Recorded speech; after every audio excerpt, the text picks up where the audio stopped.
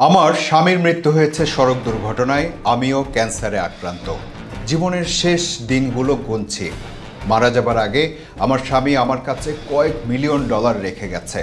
সেটার একটা বড় অংশ তোমাকে দিতে চাই, যাতে টাকাগুলো তুমি তোমার দেশের গরিব মানুষের কল্যাণে ব্যয় করতে পারো।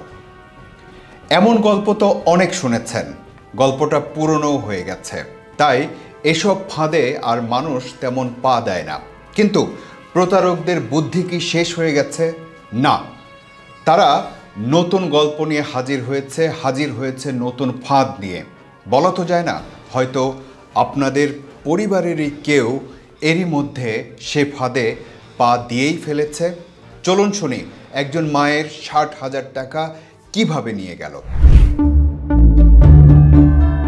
আমার মেয়ের সাথে বিদেশি এক ডাক্তার মেয়ের কথা হয় অনলাইনে। তারা কয়েক মাস যাবৎ বন্ধুত্ব করেছে। আমার মেয়ের বয়স 14 বছর, সে 9ম শ্রেণীতে পড়ে। আমাকে একদিন বলেছিল যে আমার একটা বিদেশি বান্ধবী আছে, তার কাছ থেকে বিদেশের পড়ালেখা সম্পর্কে অনেক কিছু জানতে পারি। আমি কিছু বললাম না, ভাবলাম খারাপ কি যদি ভালো কিছু শেখে। কয়েকদিন আগে হঠাৎ করে মেয়ে বলল তার ওই বিদেশি মেয়ের জন্মদিন উপলক্ষে আমার মেয়েকে কিছু উপহার দিতে চায়। আমি না করে দিলাম, বললাম এসবের দরকার নেই। বিদেশি মেয়েটার নাম বলেছিল হেলেন। মেয়েকে বললাম আমাদের উপহারের দরকার নেই, আমরাই বরং তাকে একটা জামদানি কিনে দেব, ঢাকায়া জামদানি। তারপর ওই বিদেশি মেয়েটা হঠাৎ তার বাবা সহ ভিডিও কল দিয়ে বলে সে আমার মেয়েকে কিছু উপহার দিতে চায়। সাথে তার বাবাও বলল আমার মেয়ে আপনার মেয়েকে কিছু দিতে চায়, আপনি না করবেন না। আমি তখনও না করি, কিন্তু তারা অনেক অনুরোধ করতে থাকে। মেয়েটার বাবাও নাকি বড় একজন চোখের ডাক্তার। সে বলল আগামীকাল তোমার বাসায় তোমার উপহার পৌঁছে যাবে, আমি চাই উপহারটা তুমি গ্রহণ করো। পরের দিন আমার ফোনে একটা কল আসে, বলে চট্টগ্রাম বন্দরে নাকি আমার একটা বড় পার্সেল এসেছে। পার্সেলটা নিতে হলে আমাকে একটা অ্যাকাউন্টে 60,000 টাকা দিতে হবে। আমি না করে দিলাম, বললাম এই উপহার আমাদের না। পরে আমার মেয়েকে বললাম তারা আমার নম্বর পেল কি করে আর এত টাকা দিব কেন। তখন আমার মেয়ে তার বিদেশি বান্ধবীর সাথে কথা বলে এবং ওই বান্ধবীর বাবা আমাকে মেসেজ করে বলে সমস্যা নেই, আমি আর আমার মেয়ে এসব তোমাদের জন্য দিয়েছি। আমি তখনও জানি না তারা আসলে কি পাঠিয়েছে। আমার মেয়ে বলল এটা না নিলে সে বিদেশি বান্ধবীর কাছে ছোট হয়ে যাবে, তাই রাজি হলাম। এক মহিলা আমাকে পার্সেলটা নেয়ার জন্য ফোন করেছিল। 60,000 টাকা দিতে বলায় আমি তাকে বলি আগে পার্সেলের ছবি দেন।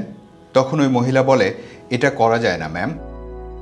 তখন আমি সেই বিদেশের ডাক্তারকে বলি বাংলাদেশে 60,000 টাকা মানে আমার 2 মাসের বেতন, আমার কাছে টাকা নেই। এ কথা শুনে সে বলে ওই উপহারের সাথে কিছু ক্যাশ টাকা আছে, আপনি এখন টাকা ম্যানেজ করে ওই অ্যাকাউন্টে দেন, উপহার গ্রহণ করার পর তো সব পেয়েই যাবেন, আর সমস্যা হলে আমি তো আছেই, কিছু হলে আমি এম্বাসিতে যোগাযোগ করব। পরে আমি টাকাটা দিয়ে দেই, কিন্তু উপহার আর আসে না।